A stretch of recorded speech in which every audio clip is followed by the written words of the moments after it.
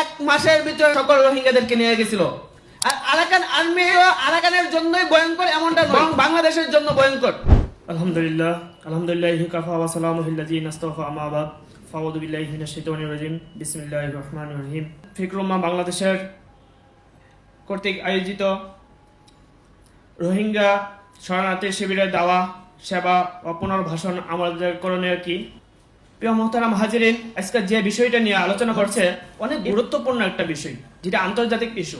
এমন একটা জাতি নিয়ে আমরা কথা বলতেছি যে জাতিটা দিনকে দিন বছরকে বছর যুগকে যুগ পিছিয়ে পড়া ছিল, যাদেরকে রাষ্ট্রীয়ভাবে কখনো স্বীকৃতি দেয় নেই, না আরাকানের স্বীকৃতি পেয়েছে না অন্য কোনো দেশে তারা স্বীকৃতি পেয়েছে। আসলে আরাকান তো একটা কোনো রাষ্ট্র না, একটা প্রদেশ, মায়ানমার একটা প্রদেশ, অর্থাৎ তাদেরকে কখনো বদ্ধরা কখনো দেয় নেই, স্বীকৃতি দেয় নেই। তারা সে দেশও ছিল কি গোলামি এবং কি দাসত্বের এক জীবনে। এখন যে বাংলাদেশে আসছে তারা কি স্বাধীন আছে? সাধারণ তারা ক্যাম্প থেকে কক্সবাজার পর্যন্ত বের হইতে গেলেও তাদের কয়েকবার জবাবদাহি করতে হয়, কয়েকবার চেকপোস্টে চেক করে, সেনাবাহিনী চেক করে, বিজিবি চেক করে, পুলিশের চেক করে, তারপরে কোনোভাবে যদি তারা কক্সবাজার আসতে পারে।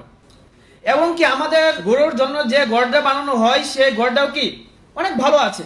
আমি প্রত্যেকটা ক্যাম্পে গিয়েছি, 27 নাম্বার 24 নাম্বার এই 2-3টা ক্যাম্পে যাইনি, এছাড়া সব ক্যাম্পে গিয়েছি। আমি সব ক্যাম্পের হালত দেখেছি। কিছু কিছু ক্যাম্পে তো হারাই যায় না, বৃষ্টি হলে হেঁটে হেঁটে যেন আপনি যাবেন, আপনার কাজে শরীর বেড়ে যাবে। তারা স্বাধীন কোথায়? তা তো স্বাধীন নাই। কেন আজকে গোলামের দাসত্বের ভিতরে শিকার ছিল? তারা যদি তাদের দাসত্ব মেনে নিত বার্মা সরকারের, জানলে যদি ধর্ম ত্যাগ করে নিত, তাহলে অবশ্যই তারা কি পাইতো? স্মার্ট কার্ড পাইতো এবং কি বরং তারা রাষ্ট্রীয়ভাবে মর্যাদা পাইতো। শুধুমাত্র ইমানকে বিক্রি না করার কারণে কি করে নাই তারা, তাদের উপরে এত নির্যাতন নিপীড়ন শুধুমাত্র 2017 সালে এমনটা নয়, এমন ভাবে 1974 সালের পর থেকেই এটা নয়, 2012-তে, 1992, 91, 95, মানে তাদের উপরে একের পর এক জুলুম নির্যাতন চলে আসতেছিল। এখন বাংলাদেশ সরকার যেভাবে যে সিস্টেমে যাচ্ছে তাদেরকে তাদের দেশে ফিরিয়ে দিতে, কিন্তু এই সিস্টেমে কি করতে পারবে না, ফিরিয়ে দিতে পারবে না। আপনি দেখেন এনে পরিস্থিতিটা কি, এটা ফিরিয়ে দিতে পারবে না। তার জন্যই এখন জান্তা সরকারের হাতে কি নাই, দেশ নাই, এখন আরাকান আর্মির হাতে দেশ। আর আরাকান আর্মি শুধুমাত্র আরাকানের জন্যই ভয়ঙ্কর এমনটা নয়, বরং বাংলাদেশের জন্য ভয়ঙ্কর।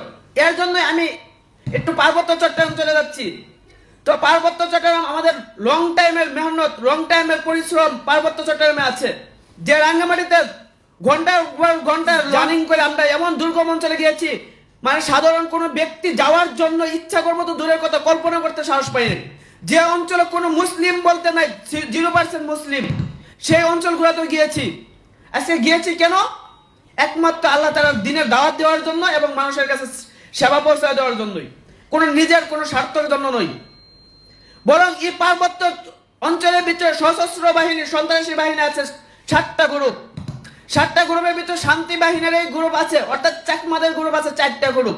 জেএসএস বলেন, ইউপিডিএফ বলেন, ইউপিডিএফ গণতান্ত্রিক ফ্রন্ট বলেন, সবগুলো কাদের? শান্তি বাহিনীতে একটা থেকে বের হয়েছে। এগুলো সবগুলো সন্ত্রাসী। আর আরাকান আর্মির জন্ম কোন জায়গা থেকে? বান্দরবনের গহীন পাহাড় থেকে। এটা বাংলাদেশ এত এত আমাদের গোয়েন্দা সংস্থা আছে, তারা কি করছে? তারা দেখে খায় শুধুমাত্র হুজুরা কোথায় গেছে, কিভাবে যাচ্ছে, এটাই ওদের মানে মাথা ব্যথা। আমাকে কয়েকদিন আগে গোয়েন্দা সংস্থা আটকায় বলতেছে, হুজুর আপনি কোথায় যান? আরে ভাই আমি ঢাকা যাই। কিসের জন্য যান? কিসের জন্য যাই এটা কি আর আপনি বলতে হয় নাকি? আরে ভাই ওই গোয়েন্দা সংস্থা কি পাহাড়ে যায় কাজ করতে পারে না? পাহাড়ে যাওয়ার সাথে সাথে আমাদেরকে জিজ্ঞেস করে, হুজুর কেন আসছেন, কিসের জন্য আসছেন? আরে পাহাড়ের ভিতরে যেন বাংলাদেশের জন্য হুমকি, শত শত সম্পদ তারা লুট করতেছে, কোটি কোটি বিলিয়ন বিলিয়ন সম্পদ নিচ্ছে সাধারণ পাহাড়িদের কাছ থেকে, বাঙালিদের কাছ থেকে। সেটা নিয়ে তো তাদের কোনো মাথা ব্যথা নাই, সেটা নিয়ে তাদের কোনো রিপোর্ট নাই। এই বান্দরবনের গহীন পাহাড় থেকেই কি তৈরি হয়েছে? আরাকান আর্মি তৈরি হয়েছে, যারা সেই জান্তা বাহিনীর পিটাই খায় আরাকানের থেকে বাংলাদেশ আসছিল। অতএব বাংলাদেশ সরকারের এখন পদক্ষেপ নেওয়ার দরকার। এখন যেহেতু জান্তা সরকার হাতে আরাকান নাই, বাংলাদেশ হুমকির ভিতরে আছে, অর্থাৎ আরাকান আর্মির বিরুদ্ধে কাজ করা 1 নাম্বার বিষয়। 2 নাম্বার বিষয় হলো এই রোহিঙ্গা ক্যাম্পের ভিতরে শত শত মানুষ, আমাদের জরিপ অনুযায়ী 35,000 মানুষ খ্রিস্টান হয়েছে। এই জরিপটা কে করেছে? এই জরিপটা আমরা করছি খ্রিস্টানদের মাধ্যমে। খ্রিস্টানরা বলতে বাধ্য হয়েছে, তাদের প্রত্যেকটা ক্যাম্প মিলে 5,000 পরিবার খ্রিস্টান হয়েছে। তাদের বাচ্চা 7 জনের নিচে নাই। আপনি ঘরে 7 জন ধরেন, একটা পরিবারের সংখ্যা কত? 7 জন। তার 7 দিয়ে 5কে পূরণ করেন, তাহলে কত হবে? 35,000 মানুষ খ্রিস্টান। এর কম বেশি হবে। তাদেরকে ওপেন বাইবেল বিতরণ করতেছে, তাদেরকে ডিভাইস বিতরণ করতেছে, তাদেরকে বিভিন্ন কিছু বিতরণ করতেছে। আজকে আমাদের মুসলিম এনজিও গুলো যদি ওই জায়গায় কাজ করতে যায়, কত বাধার সম্মুখীন, কত অনুমতি নিতে হয়, কত কিছু করতে হয়। আমরা বাংলাদেশ সরকারকে বলবো, যদি আপনি টিকায় রাখতে চান বাংলাদেশ, তাহলে অবশ্যই আপনার করণীয় হলো পার্বত্য চট্টগ্রাম এবং কি রোহিঙ্গা ক্যাম্পে খ্রিস্টান মিশনারির কার্যক্রম অতি লম্বে আপনার বন্ধ করতে হবে। বিশেষ করে খ্রিস্টান মিশনের কার্যক্রম, এটা তারা অন্যায় করতেছে। আন্তর্জাতিক এবং কি প্রচলিত আইন অনুযায়ী রিফিউজি ক্যাম্পে কোনো প্রকার ধর্মান্তরিত কাজ করা অনুমতি নাই, বরং এটা দণ্ডনীয় অপরাধ। রোহিঙ্গা ক্যাম্পে তার সেবার নামে এসে কি করতেছে? মানুষকে খ্রিস্টান বানাচ্ছে।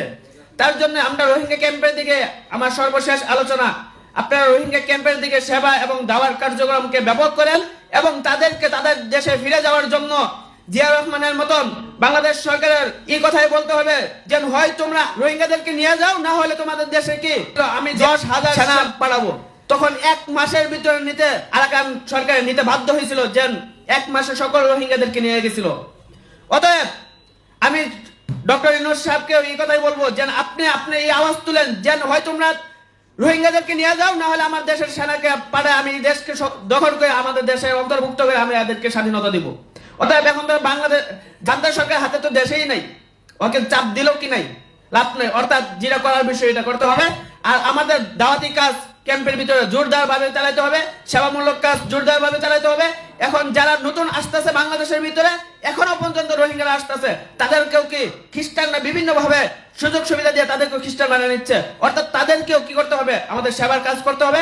প্রত্যেকটা মিশনারির কার্যক্রম থেকে আমাদের কাজদের মাধ্যমে তাদের কার্যক্রম বন্ধ করতে হবে। তার জন্য সেবা এবং দাওয়া দুটোই গুরুত্বপূর্ণ বিষয়।